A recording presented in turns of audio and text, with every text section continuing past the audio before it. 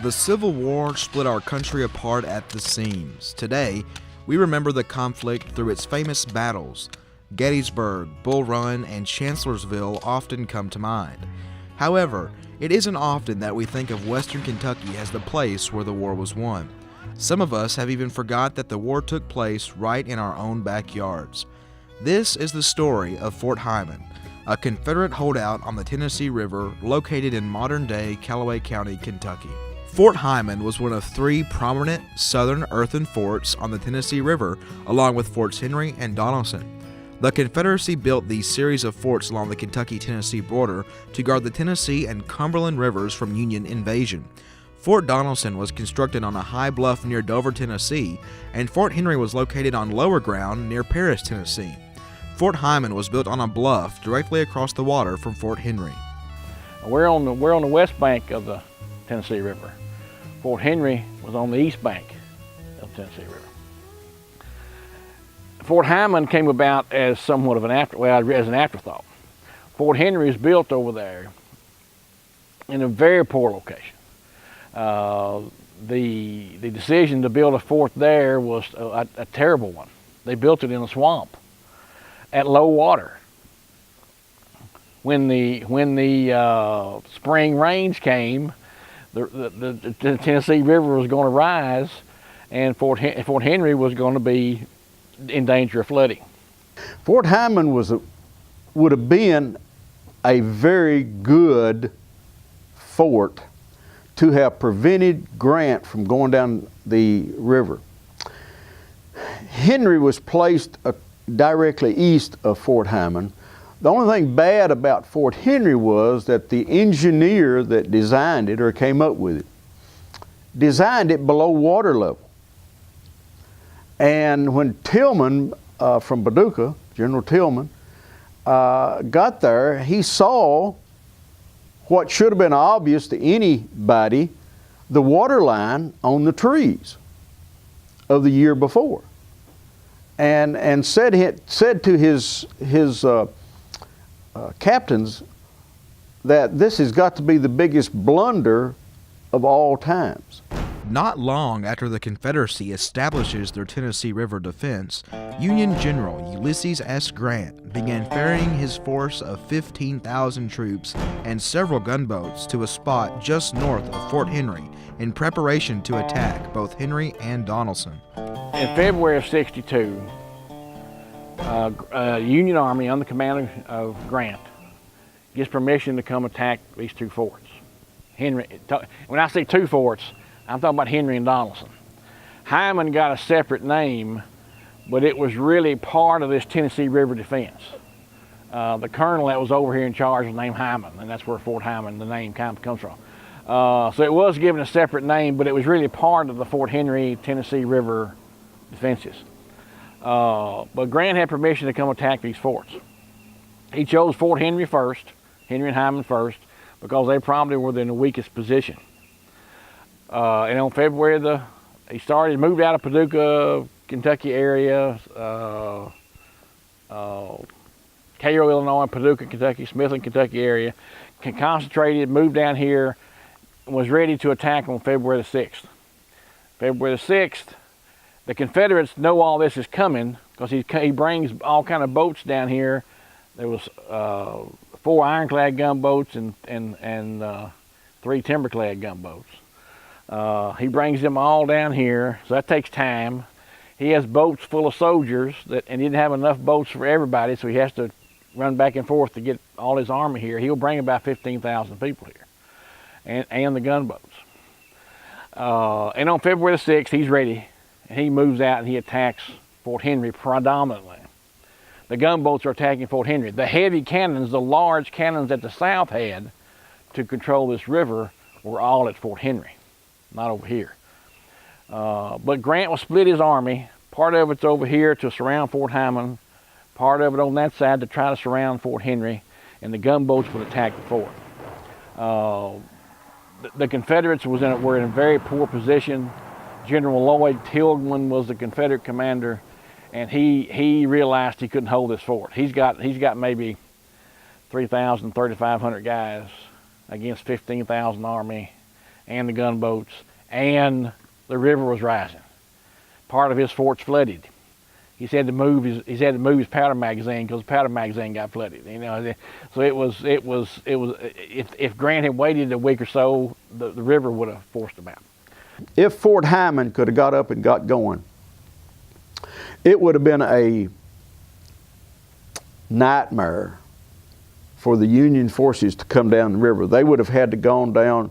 They would have had to gone back around and come down the Mississippi. News of the Union buildup near Fort Henry was reported to Confederate General Lloyd Tillman, commander of Forts Heiman, Henry, and Donelson.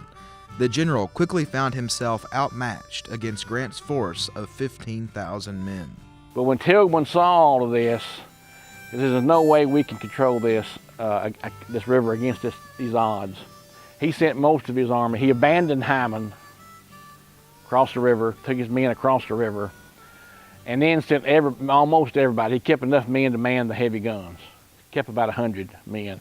The rest of them he sent to Fort Donelson. Grant divided his army and sent one division up the west bank to attack Fort Heiman, while another division was dispatched along the east bank to attack Fort Henry. Fort Henry answered to the Union's land and naval siege with its 11 heavy guns, but the gunboats brought more firepower than the rebels could match. General Tillman decided he had been outmatched and ordered a white flag to be raised.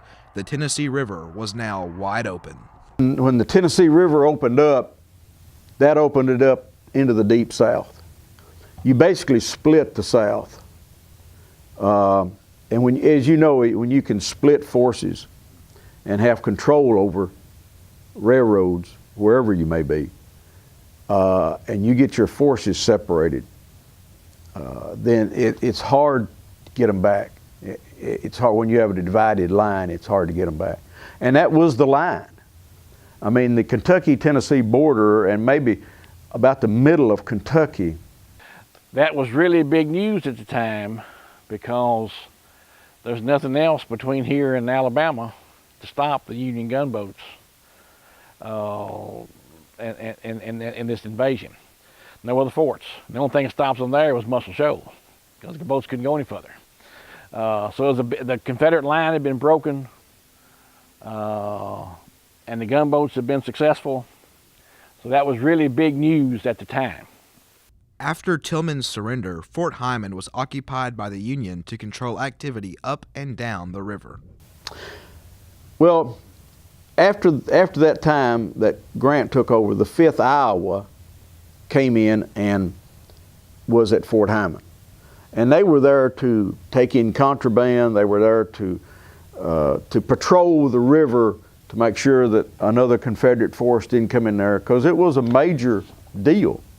The Union Army was here longer than the Confederates were, considerably longer than the Confederates were. But it was a small outpost.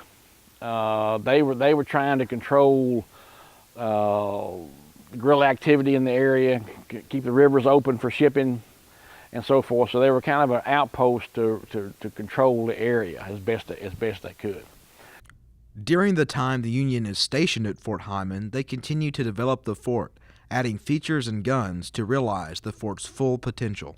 There's a letter where the Union forces went down to a slaveholder in Paris, Tennessee, and they requisitioned his slave forces to come up, and they worked to build this star fort and to work on Fort Heiman proper.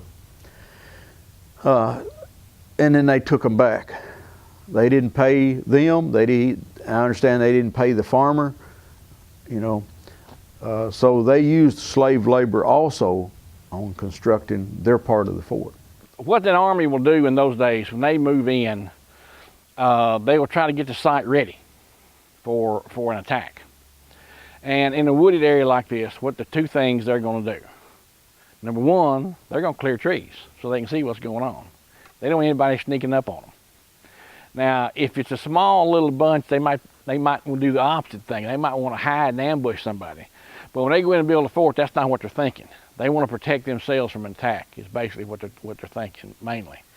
So they're going to clear the trees so they can see what's going on. So 300 or 400 yards, maybe the bottom of the hill, so forth, not on the riverside so much, but on this side, they're going to clear the trees so they can see what's going on. So if a land attack comes, infantry attack comes, they can see them, and they can't sneak up on them. The other thing they're going to do, since most heavy fighting at those days is done standing up, they're going to try to build earthen walls. Now, a lot of people will see an earthen wall, an earthen fort, and then wonder where the fort is, because when you hear the word fort, they're looking for a big rock or brick or something. But that takes many, many years to build rock and brick forts. They used those during the Civil War, but most of the rock and brick forts that were used during the Civil War, with very few exceptions, were already there. Fort Sumter is an exception. It was already there. It wasn't built for the Civil War. Forts that were built for the war, during the war, are nearly always going to be earthworks. The Union won't be the last army to inhabit Fort Heiman. The Confederacy, under the command of General Nathan Bedford Forrest, will reclaim the fort and take a stand against the Union ships who stole her. In October of '64, Forrest, General Nathan Bedford Forrest, was sent from his headquarters in Lower Mississippi. His commander told him to go and to whatever it takes to stop the materiel from reaching Sherman, which was in the war at Atlanta. Forrest knows about Fort Heiman, of course, and he goes up and sets up in October of 1864, he sets up the fort again, and he puts guns around it. So the first few ships that come through, he lets them pass, because one thing, they're empty. There's no use in giving away your hand until it's needed. So the Mazeppa, Union ship Mazeppa, is coming down the river, or you might say in this case up the river, which is going south. He fires on it, and the captain of the Mazeppa, the Mazeppa is wounded. He pulls onto the eastern shore, which is across the river. Captain Gracie disrobes and crawls into the river. It's cold water with a rope and a pistol, and swims the river and takes over the ship. As we've laughed sometimes at some of our meetings, he took it over with a gun and in his underwear.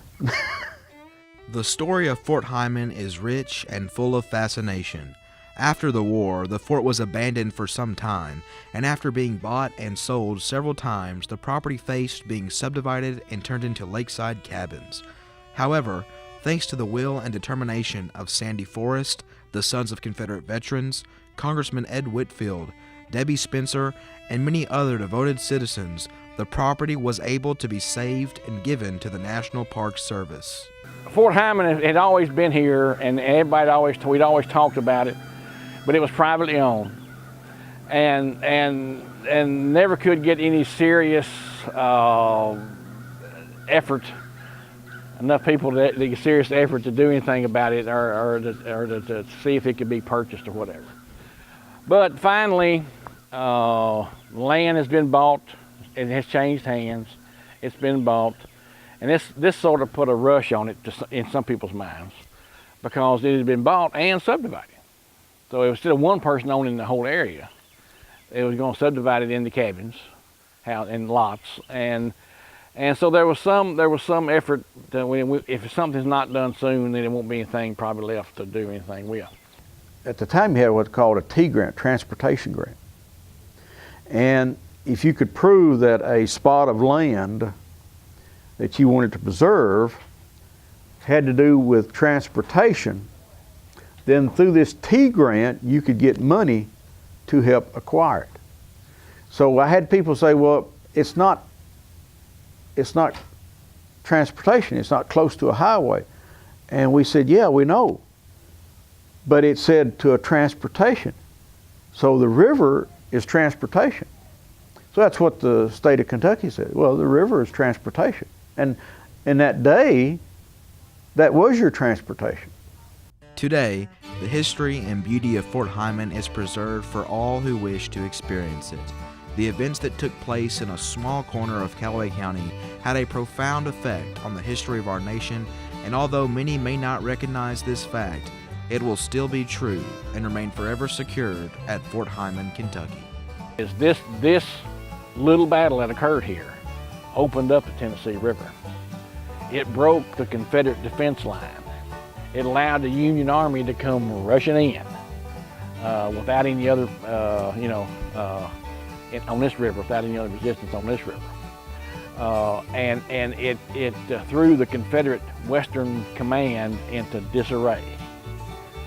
It had a huge effect on the early battles in the Western theater of the war and in the entire Civil War.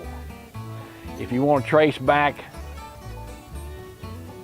to the point where, well, the South lost and they couldn't recover from it, it could be argued that this little battle right here was heavily involved in